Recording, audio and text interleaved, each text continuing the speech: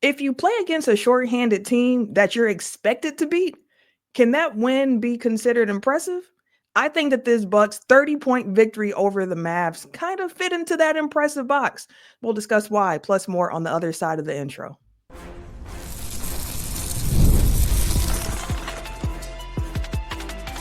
You are Locked On Bucks, your daily Milwaukee Bucks podcast, part of the Locked On Podcast Network, your team every day. What it do? Welcome to Locked On Bucks, part of the Locked On Podcast Network, your team every day. I'm Camille Davis, an NBA analyst with the Locked On Network and co-host of the Technical Foul podcast. Joining me is Frank Madden, longtime voice of the pod and the founder of brewhoop.com. And we truly do appreciate you tuning in and making Locked On Bucks your first listen every day. We are free and available wherever you get your podcast, as well as on YouTube and in newsletter form. So head over to lockedondaily.com to sign up for the free Milwaukee Bucks Locked On newsletter. Today's episode is also brought to you by FanDuel. Right now, new FanDuel customers can get $150 in bonus bets if your first $5 bet wins. Frank, we have talked about the Bucks not having many impressive wins. They've had some important wins this season, and generally against a team with more players out than they have active, you wouldn't consider anything about that impressive. But for this Bucks team, I'm impressed with this win because of how professional it was. A season high in points scored for the Bucks with 137, largest margin of victory for this team with 30 points. This is the Bucks team on the second night of a back-to-back. And we haven't really seen them have many comfortable wins against lesser competition this season. I mean, a couple weeks ago, we just watched them go into clutch time against the Wizards and win that game by 3. This is the Bucks team that we saw go 1-3 against the Nets this season.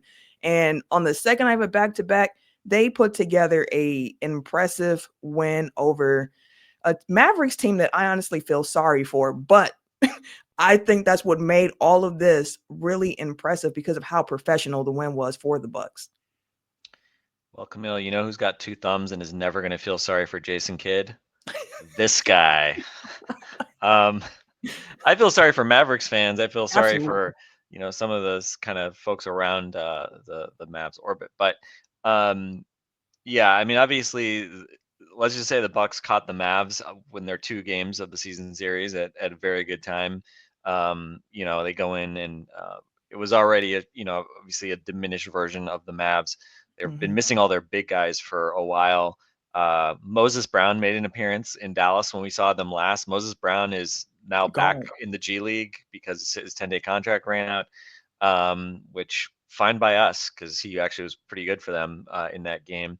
And so, yeah, I think last night, Justin and I were speculating about who was going to play for the Bucks tonight. And I know it's interesting, right? Because I think in the back of our minds, obviously, we're all thinking about the playoffs. How do you make sure you rest guys enough and you avoid injuries, which of course has been, kind of an ultra real issue for us as Bucks fans. Right. And so my official prediction was I thought Giannis would play.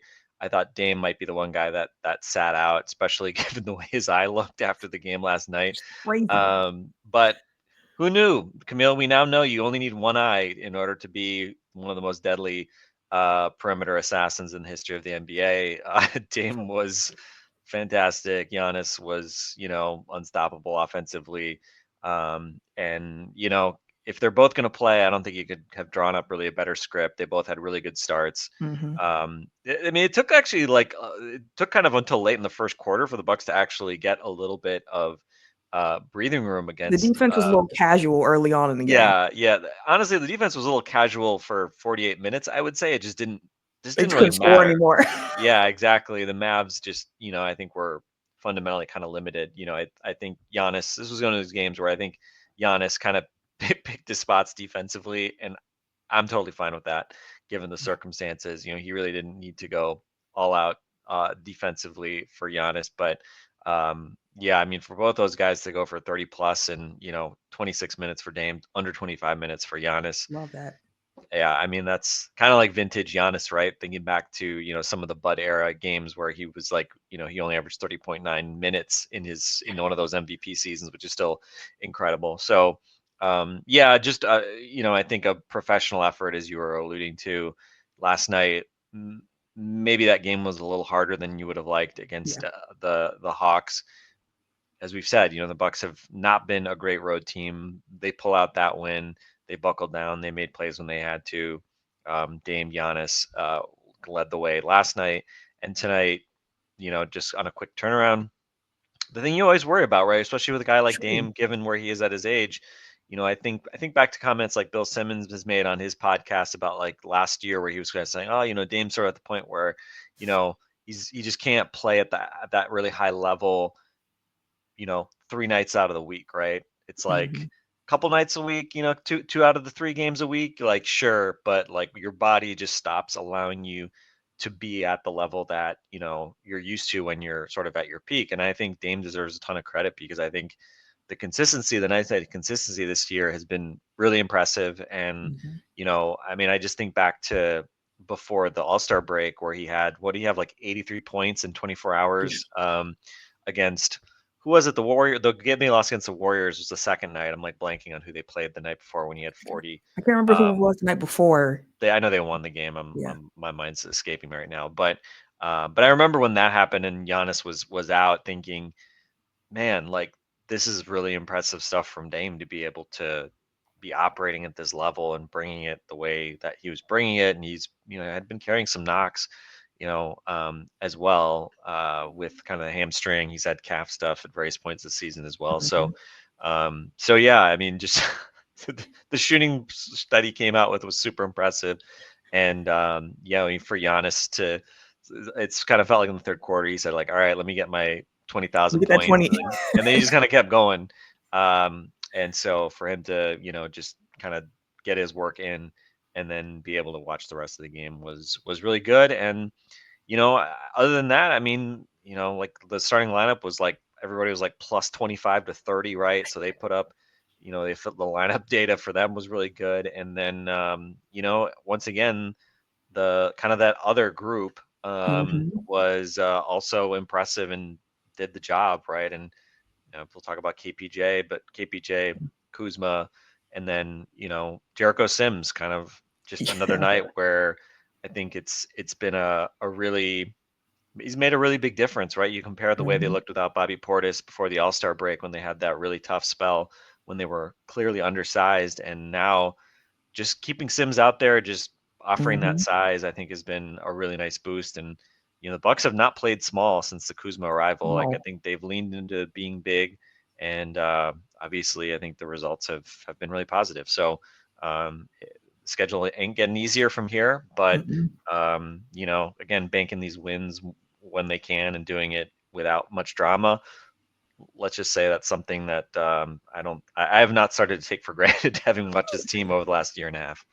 That's a fact. And when you mention like what's coming up for the Bucks, like they have the Magic on Saturday, they first have a back-to-back, and then the rest of the month of March is really tough. You got Orlando Saturday, then you have Cleveland at home, the second half of the back-to-back, at the Pacers, then you come home and you play against the Lakers, the Pacers, the Thunder. That Pacers-Thunder game is a back-to-back. Then you have a West Coast road trip where you play at the Warriors, at the Lakers, at the Kings, at the Suns, at the Nuggets.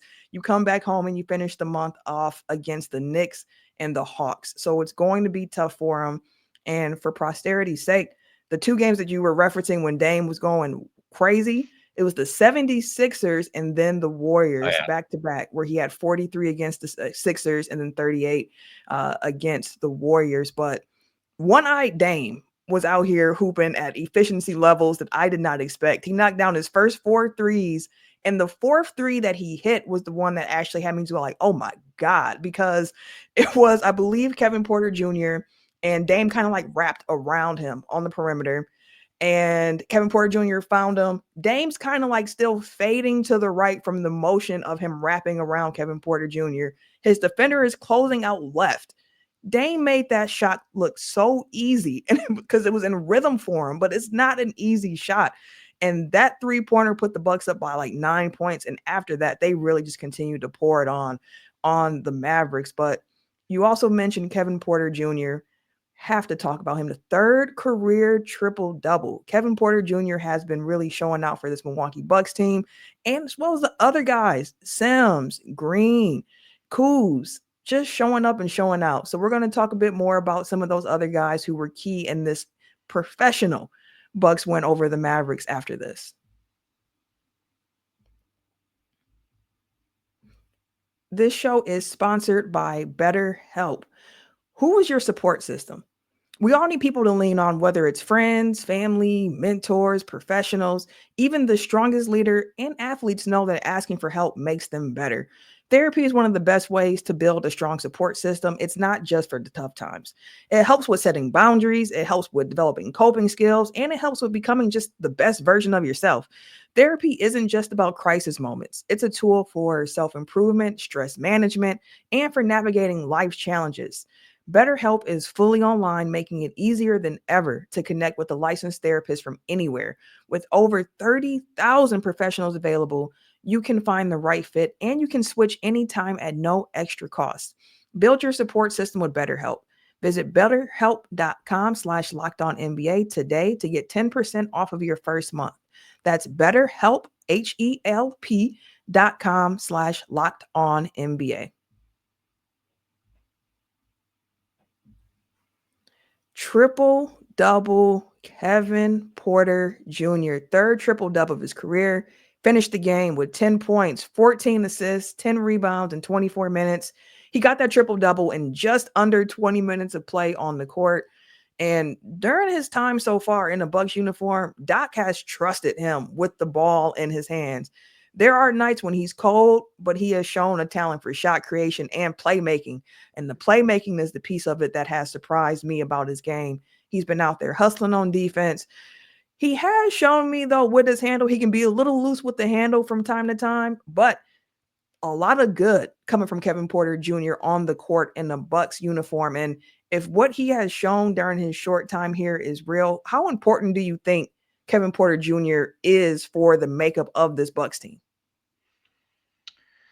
I mean, so far, honestly, I mean, it's sort of these things, right? Like, even when the trade happens, right? It's kind of one of those things where it's like, okay, it feels like a get Marjan to a new location, Yeah. change of scenery for KPJ. Justin and I had talked about taking on the player option for KPJ next year, especially given the way that he, as badly as he played in LA, the off-court baggage that he brings. You could have argued like, man, they should have gotten something for taking him on, right? Because it felt like the Clippers were just trying to Yeah, get rid of fair. him. I mean, Marjan's not in LA anymore, right? Yeah. He's already gone. So clearly they did not want to hold on to KPJ.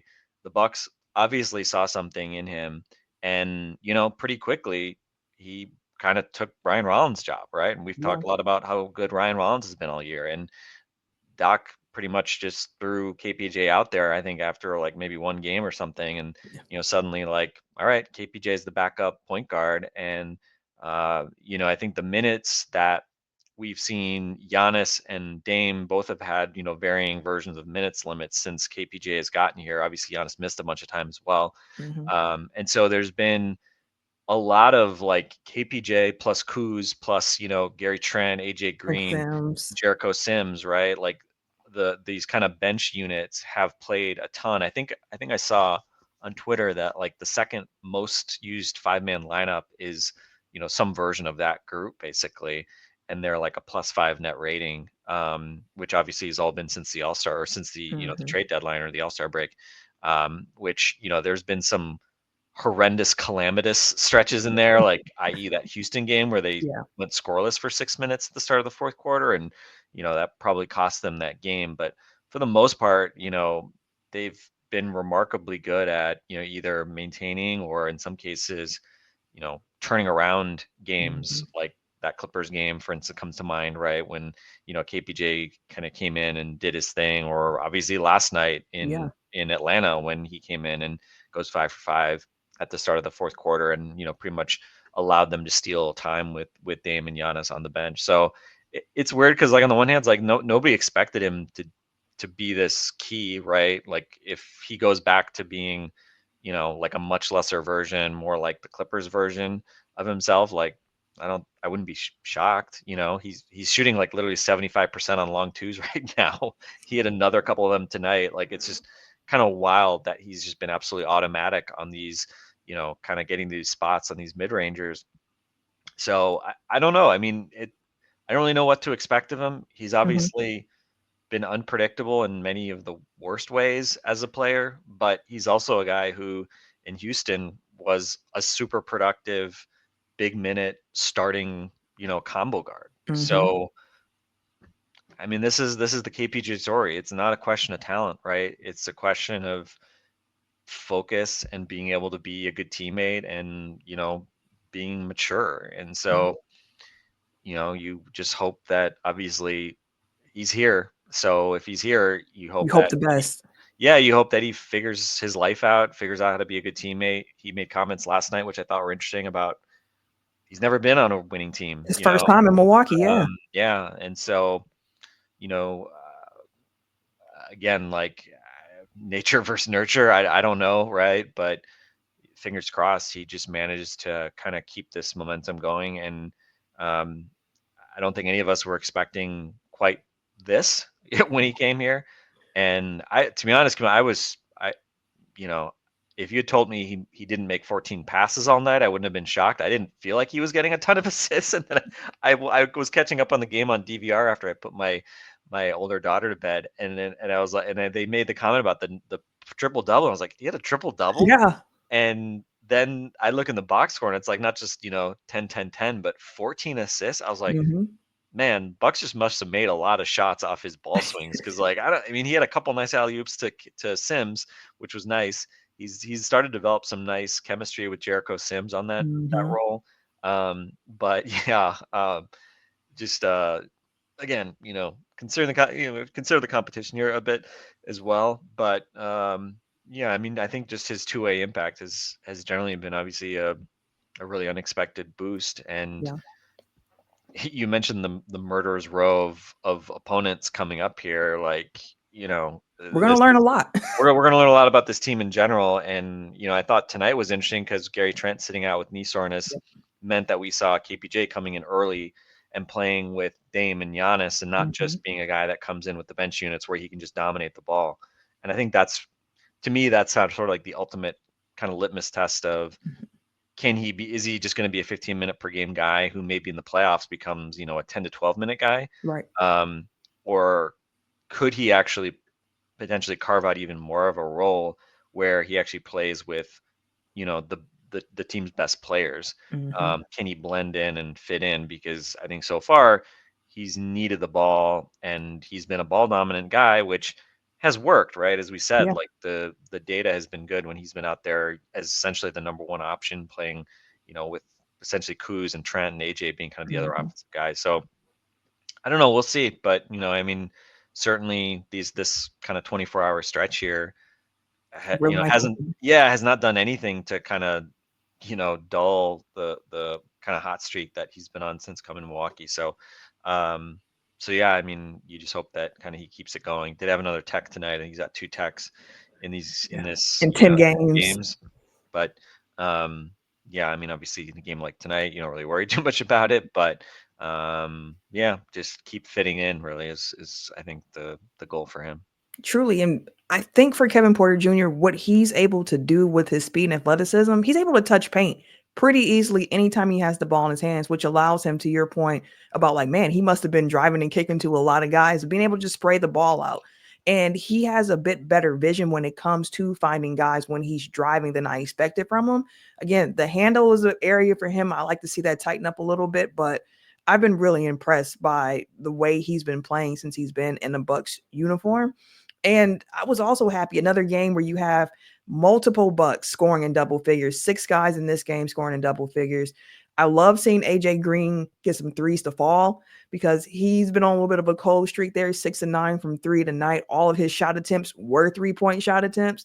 Kuz had 17, and it was a really efficient night for Kuz, 7 and 9 from the field. And I loved seeing him use his size to get to the rim, knowing that this is a very small Mavericks team. He was just putting his shoulders into guys, finding ways to score at the basket. And it was really beautiful to see him just being like, yeah, I'm 6'10", and you guys don't have anything here to stop me, and seeing those shots fall for him. So I thought it was overall just a really good game from a lot of contributors to this Bucks team. And it comes on the night where history was made. History was made. So, want to talk a bit about that history when we come back after this.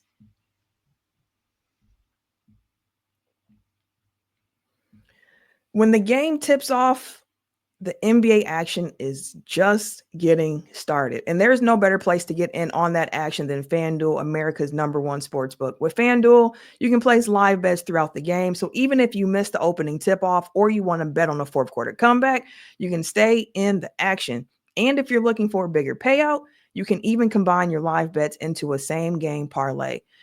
FanDuel's live betting feature is super clutch because it keeps every moment of the game exciting. So it doesn't matter what you're doing. If you're backing your own team or you're just following a late game rally and you're just trying to pick a player to hit a clutch three, you'll never feel like you missed your chance to do so. Plus, the app is really easy to use. So when you win, you get paid instantly.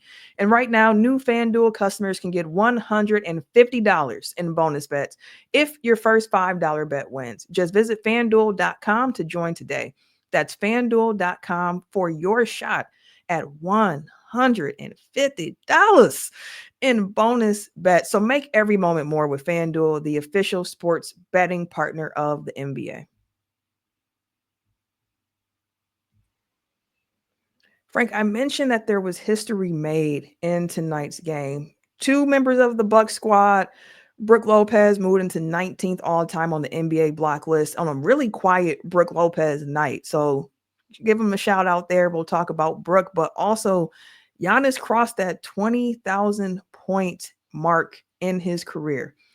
This is a guy who averaged under 7 points a game his rookie year. Like watching Giannis do this, watching Giannis night in and out, like it's a real joy. And to see that he got all 20,000 of those points and counting in a Bucks uniform makes it even more special. He's the 52nd player in NBA history to hit that 20,000 point milestone. To just like highlight how rare that air is, there's been over, I believe, 5,000 players to play in the NBA. He's the 52nd guy to hit 20,000 points. Like, it's crazy. He's also now 52nd on the all-time NBA scoring list. That will surely continue to climb this season. And he is the 6th youngest player to hit that milestone. The only players that were younger than Giannis when they hit 20,000 career points was LeBron James, Kevin Durant, Kobe Bryant, Wilt Chamberlain, and Michael Jordan. And when your name is up there in the record books with that type of company, again, it shows just how special of a player that Giannis really is. Yeah, he came out tonight, hit a few mid-range jumpers, and a good reminder, he's still at 47% on mid-range jumpers. We kind of wondered early in the season when that was becoming a weapon for him. Can he keep this up? Is the consistency going to be there? Is he going to come back down to earth? Hasn't come back down to earth, right? It looks real. Seems real, and so I think that's sort of I guess what I would say about this game specifically, other than the fact he also made 6 out of 6 free throws. That part. Dare I say some positively trending free throw shooting of late. He's at least close to 60% again, which is a low bar, but hopefully he can at least get over 60% and then kind of keep pushing it upwards a little bit. But yeah, I mean, I didn't appreciate the company, like the idea that he'd be the 6th fastest. On the one hand, it doesn't shock me because he did come into the league young. He was 18 when he joined, and he's been obviously pretty healthy over his career, right? Knock on wood. He obviously he hasn't had like seasons where he's missed tons and tons of games, but it's not like he's a guy that has played 80 games a year and plays like back when I first started watching the league, right? Like guys played 80 games a year and average high 30 minutes per game, and he's never been that guy in terms of like playing these super high minute loads. So for him to be, I think Wilt did it like maybe a year sooner than Giannis or something like that. Wilt was 29. Yeah, which is pretty crazy, right? When you think that Wilt had a year where he played over 48 minutes a game and averaged 50 points per game. Like the fact that Giannis is anywhere close to his pace in terms of the total point scoring by getting to 20,000 is pretty wild. But I think it obviously just underscores just how dominant and consistent that he's been, especially over the last decade, right? Basically from That's a year 4 really was when he kind of became, a 20+ point per game scorer. But even so, year 1, year 2, pretty modest scoring, and even year 3, he wasn't putting up. 16 points year 3. Yeah, Something like he that? wasn't putting up huge stats even in year 3. It was really kind of like after the All-Star break that year that he had that kind of breakout, playing point guard, getting a bunch of triple doubles, Triple doubles. etc. But even then, I think he was averaging like 19 points per game after the All-Star break. So this, to become this, right, a 30 point per game guy, I've every year when he finishes the year at over 30 points per 36 minutes, I call out the stat that he has more of those seasons than any player in NBA history. Michael Jordan is second, by the way. Easy company. And and again, like we can say, well, that's like a random, framing, like 30 points per 36 minutes. I get it, right? But the per 36 stat, I think, is a useful framing, just because it does, I think, contextualize, right, that over eras, right, like the amount of minutes guys have played, and it kind of normalizes for some of that. And so KD has, by the way, never averaged 30 points per 36 minutes. Like That's seriously? Yeah, KD's never done it, right? And he's in this era, right? So I don't, and I think LeBron's maybe done it like once or twice or something like that. So, so it's funny. It's always funny to me when like the discussion of like best scorers of all time, or best scorers, of this era, or current best scorers in the league comes up. Nobody ever talks about Giannis. Nope. Nobody ever talks about Giannis as like just a bucket getter, elite scorer. And then you look at these numbers and it's just like, he's one of them. So he's not a good scorer. He just scores more than basically anybody else, So shout out to Giannis for being incredibly skilled, physically talented, sure. But, as we always say, there's been tons of guys who have a ton of, who can run and jump and are really tall. But there's never been anybody like Giannis, the best ball handling 7-footer in the history of the sport. Certainly the best big. I'll say this: like, if you want to say KD is fine, okay, you found one guy who's sort of a 7-footer, right? But like, don't come out with like KG or some of these guys. Like, KG was not dribbling up and down the floor playing point guard the way Giannis was. Like GTFO. Like, I watched KG growing up. I can speak on this. So yeah, he's just incredible.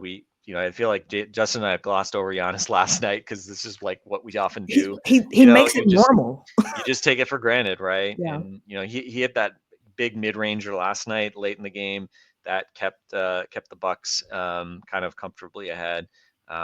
So I think just kind of the continued evolution of his game, and for him to again, the ability to create for himself, attack, get to the rim, dunk, despite walls of defenders. Yeah, right. With either hand, it's pretty incredible. It's always underrated. People never give him credit for his ball handling, the way he finishes ambidextrously around the basket, or as Marx would say, amphibiously. So yeah, he's just one of one. And I mean, again, I know we try to do it right regularly. Like, we just give thanks that we get to be Bucks fans in this era of Giannis, because we're never going to see another player like this. He's just absolutely incredible. And it was cool that he got to do this tonight. And, again, I know people want to figure out ways to get him extra rest and not play him too many games and things like that. But I'm glad he was able to do it in front of, home fans tonight. It always sucks, right? Like, when you think about people buy tickets to games, home games in particular, and then, because of various reasons, guys don't play, and then you don't get to watch a guy like this, right? So, somebody in the building tonight, that's going to be the only game that they see this season, right?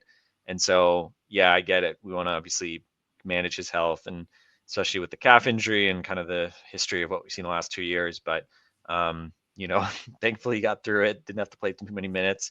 And everybody who went out to Fiserv tonight got to see a little bit of history and got to see Giannis do what Giannis does, which, just continues to amaze all of us. Day in and day out. And I have a theory on the Giannis conversation around his skill set and his bag and everything. With this mid-range shot looking real, I've been thinking a lot about the game winner that he missed against the Hornets earlier on in the year. And there was some conversation like, why is Giannis taking a mid-range shot It's like this is part of his growth. It's part of his evolution. And my prediction is that as that mid range continues to be more and more consistent, and as more people start to realize that shot is in his bag, you're going to hear more people starting to give him credit because people love to point to that mid range shot. If you can knock that down, people already expect your bag to be a lot bigger. So I think the conversation will finally change for Giannis. 12 seasons in around his skill set with the addition of the mid range game, even though before he even had that, the bag was still a hefty bag for Giannis in the way that he could score. But before we get out of here, Frank, I do also want to just shout out Brook Lopez. Really quiet night for Brook Lopez. 2 points, 2 boards, 2 blocks. But with those blocks, he did move into 19th place all time on the NBA block list. And Brook's just been a guy who's been an important fixture during his time in a Bucks uniform. And when you look at the numbers, almost half, not quite half, but almost half of Brook's blocks have come in a Bucks uniform, a time where he finished top 3 defensive player of the year. So I wanted to also just show Brook Lopez some love because of the defensive fixture that he has been for the Milwaukee Bucks during his career so far. And I think all after his whole Bucks career has been after the age of 30, right? Yeah. I mean, so his durability, he was not Justin and I joke, we knew Brook Lopez was going to play tonight because Brook always plays, right? Just kind of remarkable. And his scoring has been a huge boost for the Bucks, over the past few weeks since the All-Star game. And so thankfully his most anonymous scoring night of recent memory here, he takes one shot, makes it, was on a night when they didn't need him. So, he kind of was able to chill a little bit. He didn't need to take any shots. I don't think he even took a 3-pointer. Nope, just that one shot that he made was the only shot he took. There's one shot that he made, versus, last night, he was obviously the beneficiary of that great Giannis pass, off the pick and roll action that they had late, which, was kind of that gave them the lead for good after the Hawks tied it. So yeah, shout out to Brook Lopez. I mean, just kind of crazy. 37 years old. He's still kind of doing, so much stuff that, again, I know a lot of it, there's a subset of folks who maybe don't appreciate it. And even I will say, like, look, I mean, I think you don't want to have to rely on Brook to play 35 minutes per game. Correct. And he's had right sizing those minutes for Brook. Yeah, exactly. And he's had a number of games where he's had to play a ton. But I mean, it's like that Nuggets game, right? He played 37 minutes, and like the fact that he scored 22 points against Jokic, and was able to, I think, at least credibly defend him for most of the night. It's just kind of one of those things that you don't want to take for granted. So yeah, obviously, I'd say look at this team since the All-Star break / the trade deadline. I think Kuzma has fit in pretty well. Yeah. Sometimes it's amazing. I like Kyle Kuzma, but I don't trust that any of his shots are going to go in. Kind of a strange feeling. He had a couple. 7 out of 9 tonight, so that's good for the efficiency. Wish the free throw shooting was a little more consistent, but I think hit 2 threes tonight. Yeah, but I think the defense has been really good. I mean, that's been the big, I'd say, pleasant surprise is just his defensive versatility. I thought he had some great possessions against Trae Young last night. And obviously, what KPJ has done, we talked about that. And then Jericho Sims, right? I mean, to get a positive impact from each of those 3 guys that you acquired, at the trade deadline, especially Porter and Sims, who, were basically kind of, for a lot of people, maybe seemed like afterthoughts, but I think, at least so far, I think we'll look back on those as like really savvy acquisitions by John Horst and company, obviously giving them, in Porter's case, really a playmaking dimension that they needed with Chris being gone. And with Sims, obviously, like we saw it in the weeks leading up to the All-Star break, like they needed another big who was playable and could give them some, a shot in the arm defensively. And so, yeah, I mean, I don't know. I'd say that the Bucks are athletic now as a team. They're more athletic, but they are way more athletic than they were. And each of those 3 guys are obviously a big part of that, right? Just they each in their own way, I think, make the Bucks bigger, more athletic than they were. And, I think that speaks to kind of making them a more a more versatile roster, which, as we know, is important, especially, if you're going to have to go multiple rounds and play different kinds of teams in the playoffs. Need to have different punches to be able to throw, depending on what's in front of you. No pun intended with Dame's eyeball punches being thrown or anything like that. He loves boxing. He loves boxing and MMA. So we know he loves the boxing. But that'll do it for today's show. We'll be back tomorrow with more Locked On Bucks. We appreciate you for tuning in. And for Frank and myself, we'll catch you later.